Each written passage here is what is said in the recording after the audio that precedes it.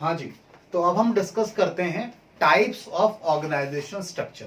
Organisation structure mainly दो type के होते हैं, और भी इसके अलावा भी क्लासिफिकेशन हो सकती है, बट इन जनरल दो टाइप के क्लासिफिकेशन हैं हमारे पास ऑर्गेनाइजेशन स्ट्रक्चर के। First one is functional structure and second one is divisional structure. यहां पे हम आपके साथ पढ़ेंगे कि फंक्शनल स्ट्रक्चर का मतलब क्या है, मीनिंग क्या है, इसके एडवांटेजेस क्या हैं, डिसएडवांटेजेस क्या हैं, या फिर और लास्ट हम सुटेबिलिटी की बात करेंगे कि इस टाइप का स्ट्रक्चर यानी फंक्शनल स्ट्रक्चर किस तरह की ऑर्गेनाइजेशंस के लिए सुटेबल है।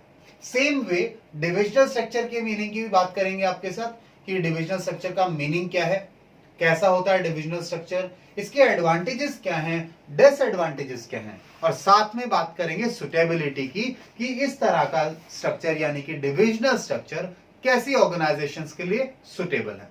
तो आइए पहले इनका मीनिंग समझ लें। जब इन दोनों का मीनिंग समझ में आ जाएगा एक ब्रॉडर आइडिया मिल जाएगा, ठीक है, आपको एडवांटेजेस, डिसएडवांटेजेस एंड सुटेबिलिटी थोड़ा और अच्छे से क्लियर होगी। तो पहले मीनिंग की बात करते हैं दोनों ही स्ट्रक्चर की। अगर बात करें हम लोग फंक्शनल स्ट्रक्चर की, तो फंक्शनल स्ट्रक्चर में क्या होता है जी, क्या है इस टाइप का स्ट्रक्चर, देखिए, व्हेन एक्टिविटीज और jobs are grouped means classified keeping in mind functions.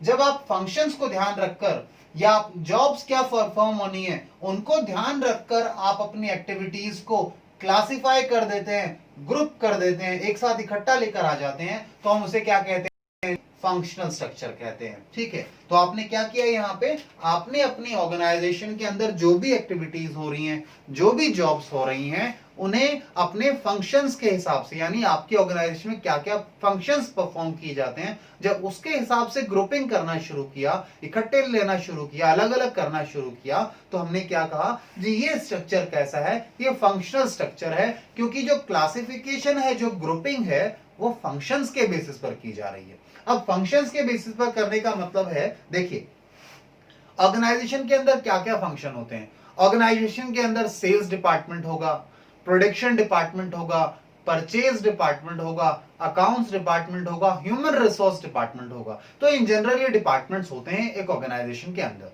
तो परचेज डिपार्टमेंट से रिलेटेड जो भी एक्टिविटीज हैं, जो भी जॉब्स हैं, जब आप एक जगह डिपार्टमेंट, उस डिपार्टमेंट के अंडर ले आएंगे, तो आपने क्लासिफिकेशन कैसे किया, आपने फंक्शन के हिसाब से किया। आपने सेल्स डिपार्टमेंट से या सेल्स से रिलेटेड जो भी एक्टिविटीज है, जो भी जॉब्स हैं, जब आप उस डिपार्टमेंट के अंडर ले आते हैं, सेल्स डिपार्टमेंट में ले आते हैं, तो आपने क्या कहा, आपने क्लासिफिकेशन कैसे कर दिया, आपने फंक्शन के बेसिस पर क्लासिफिकेशन कर दिया। आपने परचेज डिपार्टमेंट या परचेज से रिलेटेड जो भी चीजें थी, वो अब जब एक डिपार्टमेंट के अंडर आप ले आए, एक स्ट्रक्चर के अंडर में ले आए, तो आपने कहा ये क्लासिफिकेशन कैसा है जी, ये फंक्शनल क्लासिफिकेशन है। अब फंक्शनल क्लासिफिकेशन के एग्जांपल देखिए, ऑल एक्टिविटीज और jobs relating to production are grouped under production department. तो एग्जांपल क्या कहा, जो प्रोडक्शन से रिलेटेड जितनी भी एक्टिविटीज हैं उन्हें आप ग्रुप कर लेते हैं एक डिपार्टमेंट में, जो कि है प्रोडक्शन डिपार्टमेंट। तो आपने फंक्शन के हिसाब से ग्रुपिंग कर ली, क्लासिफिकेशन कर लिया, आपने क्या कहा इसको, ये है जी फंक्शनल क्लासिफिकेशन। अब फंक्शनल क्लासिफिकेशन में एक चीज और समझनी बहुत जरूरी है, हमारे जो क्लासिफाइड डिपार्टमेंट्स आ गए, जो ग्रुप चीजें आ गई, यानी कि डिपार्टमेंट, लेट्स सपोज बात करें आप लोग प्रोडक्शन डिपार्टमेंट की। अगर प्रोडक्शन डिपार्टमेंट की बात करें तो इन डिपार्टमेंट्स के अंदर भी आपके पास सब डिपार्टमेंट्स हो सकते हैं, यानी इनका फर्दर इनके अंदर छोटे छोटे डिपार्टमेंट मिल सकते हैं। जैसे अगर हम बात करें आपके डिपार्टमेंट की, कौन सा है जी ये, आपका प्रोडक्शन डिपार्टमेंट। तो प्रोडक्शन डिपार्टमेंट के अंडर आपके पास और भी डिपार्टमेंट हो सकते हैं, जैसे कि स्टोर्स डिपार्टमेंट है, ठीक है, यानी आपके लूज टूल्स जो होंगे, आपके इक्विपमेंट्स हैं जो प्रोडक्शन यानी मशीनरीज के रिलेशन में काम आने हैं, ठीक है, उनके रिपेयर वगैरह के लिए यूज होते हैं, तो वो आपके पास स्टोर्स डिपार्टमेंट है। और कोई आपको छोटी मोटी चीजें चाहिए होती है आपके प्रोडक्शन डिपार्टमेंट में, तो आप स्टोर्स डिपार्टमेंट में रख रहे हैं, यानी स्टोर से रिलेटेड सारी चीजें, सारी एक्टिविटीज स्टोर्स डिपार्टमेंट के पास चली जाएंगी। ये क्या है, ये प्रोडक्शन डिपार्टमेंट का सब डिपार्टमेंट है। ऐसी क्वालिटी चेक प्रोडक्शन करनी है जी, क्वालिटी पर बहुत इंपॉर्टेंट है, ठीक है, ध्यान देना चाहिए। तो क्वालिटी पर जब ध्यान दे रहे हैं तो एक फंक्शन हो गया, इसे भी हमने एक सब क्लासिफिकेशन बना लिया। तो फंक्शनल डिपार्टमेंट्स के अंडर भी सब क्लासिफिकेशन हो सकता है, इससे परेशानी बिल्कुल मत रखिएगा, ठीक है, बिल्कुल परेशान मत होइएगा अगर इनके अंडर सब क्लासिफिकेशन है तो यही मैंने लिखा है, with in departments, with in are department, ये थोड़ा ए डी के साथ मैच कर गया, with in departments you may have सब डिपार्टमेंट्स, आपके पास सब डिपार्टमेंट्स भी हो सकते हैं। जैसे मैंने बताया, प्रोडक्शन डिपार्टमेंट के अंडर आपके पास स्टोर्स डिपार्टमेंट हो सकता है, आपके पास क्वालिटी चेक डिपार्टमेंट हो सकता है, क्वालिटी कंट्रोल डिपार्टमेंट हो सकता है, आपके पास असेंबली डिपार्टमेंट हो सकता है, ठीक है। सेम वे एक और स्ट्रक्चर है जो कि फंक्शनल स्ट्रक्चर के अंडर ही आता है। जब आप लोग territory wise, region wise classification करते हैं अपने बिजनेस का, ठीक है, जैसे नॉर्थ रीजन, ठीक है, सदर्न रीजन, वेस्टर्न रीजन, तो इस तरीके से जब आपने रीजन वाइज, एरिया वाइज यानी टेरिटरी वाइज आपने अपने बिजनेस को बांटा, तो वो भी फंक्शनल डिपार्टमेंट है, क्योंकि टेरिटरी वाइज जब बांटा गया है ना, तो वहां पर भी इनसाइड सब क्लासिफिकेशन होगी, और सब क्लासिफिकेशन में हमारे ये वाले डिपार्टमेंट्स आ जाएंगे। यानी फंक्शंस के बेसिस पर हम क्लासिफिकेशन कर रहे हैं, तो हम उस डिपार्टमेंट को क्या उस स्ट्रक्चर को क्या बोलते हैं, हम बोलते हैं जी फंक्शनल स्ट्रक्चर। अब फंक्शनल स्ट्रक्चर अगर समझ में आता है तो साथ में बहुत ज्यादा जरूरी है कि हम साथ में डिविजनल स्ट्रक्चर भी समझ लें पैरेलली।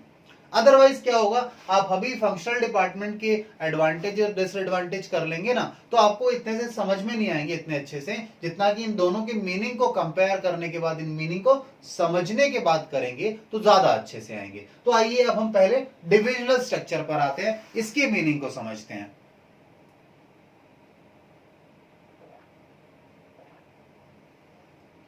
हाँ जी, तो डिविजनल स्ट्रक्चर क्या है?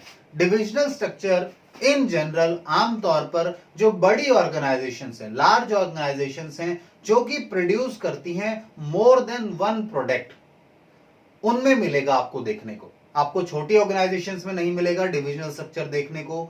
आपको ऐसी ऑर्गेनाइजेशन में भी डिविजनल स्ट्रक्चर देखने को नहीं मिलेगा जो कि सिंगल प्रोडक्ट में डील करती हैं। तो मैंने क्या कहा, ऐसा स्ट्रक्चर आपको नहीं देखने को मिलेगा जो कि सिंगल प्रोडक्ट में डील कर रही है ऑर्गेनाइजेशन, या फिर वो छोटी ऑर्गेनाइजेशन है, क्योंकि छोटी ऑर्गेनाइजेशन ये अफोर्ड नहीं कर सकती डिविजनल स्ट्रक्चर को। उसके पीछे रीजन है, अभी हम एडवांटेजेस और डिसएडवांटेजेस पर आपके साथ आएंगे तो आपको ये बात समझ में आएगी। तो देखिए, फिर भी हम यहां भी बात करेंगे इसके बारे में कि क्यों एक छोटी ऑर्गेनाइजेशन अफोर्ड नहीं कर सकती डिविजनल स्ट्रक्चर को। तो आइए सबसे पहले मीनिंग को देखें। हमने कहा, in large organizations which are producing more than one product, all activities relating to that one product are grouped under one department। तो यहां क्या किया जाता है, यहां पर हमारे पास मोर देन वन प्रोडक्ट बना रहे हैं, तो उस एक सिंगल प्रोडक्ट से रिलेटेड, उस एक प्रोडक्ट से रिलेटेड जितनी भी एक्टिविटीज हैं, उसे हम एक पर्टिकुलर डिपार्टमेंट के अंडर ग्रुप कर देते हैं। जैसे आप समझिए, एक ऑर्गेनाइजेशन है जो प्रोड्यूस कर रही है different products, for example soap, chemicals, medicine, textile etcetera, इस तरह के प्रोडक्ट्स हैं उनके। तो अब वो क्या करते हैं, वो एक पर्टिकुलर डिवीजन ही बना देते हैं। उन्होंने कहा सोप के लिए अलग डिपार्टमेंट हो गया, अलग डिवीजन हो गया इसका, केमिकल्स का अलग डिवीजन है, सोप जो डिपार्टमेंट बनेगा या सोप डिवीजन होगा, सोप डिपार्टमेंट का खुद का परचेज डिपार्टमेंट होगा, खुद का सेल्स डिपार्टमेंट होगा। यानी डिविजनल स्ट्रक्चर में भी आपको अंदर फंक्शनल स्ट्रक्चर देखने को मिलेगा, ठीक है। तो ध्यान दीजिएगा, हमने डिवीजन के बेसिस पर क्लासिफाई किया, कब, जब हम मोर देन वन प्रोडक्ट में डील कर रहे हैं और हमारी ऑर्गेनाइजेशन का स्ट्रक्चर कैसा है, बड़ा स्ट्रक्चर है, एक बड़ी ऑर्गेनाइजेशन है। जैसे मल्टीनेशनल कंपनीज जो हैं, ठीक है, मल्टीनेशनल कंपनीज भी हम ऐसा नहीं कह सकते, काफी मल्टीनेशनल कंपनीज हैं जो कि सिंगल प्रोडक्ट में डील करती हैं, बट अगर हमारी एक ऐसी बड़ी कंपनी है जो कि मल्टीपल प्रोडक्ट में डील कर रही है, तो वो आपके कैसे स्ट्रक्चर के लिए जाएगी, वो डिविजनल स्ट्रक्चर के लिए जाएगी। इसके कुछ फायदे हैं, ठीक है, जिसके कारण से इसके पीछे कुछ रीजन है, पर्पस है, जो हम डिविजनल स्ट्रक्चर पर जाते हैं, ठीक है। तो हमने यही लिखा है लास्ट में कि जो डिविजनल स्ट्रक्चर है वो सुटेबल है ऐसी ऑर्गेनाइजेशन के लिए जिनके पास मल्टीपल प्रोडक्ट्स हैं, ठीक है, और उनका लार्ज स्केल ऑफ ऑपरेशन है, यानी लार्ज ऑर्गेनाइजेशन है। तो ये दोनों के मीनिंग आपके साथ हमने समझे कि ऑर्गेनाइजेशन स्ट्रक्चर के अंदर हमारे पास फंक्शनल एंड डिविजनल है। फंक्शनल का क्या मीनिंग है, डिविजनल स्ट्रक्चर का क्या मीनिंग है। तो आइए वन बाय वन अब इनके एडवांटेजेस एंड डिसएडवांटेजेस को पढ़ेंगे विद सुटेबिलिटी। चलिए तो इसे नोट डाउन कीजिए, फिर आगे चलते हैं।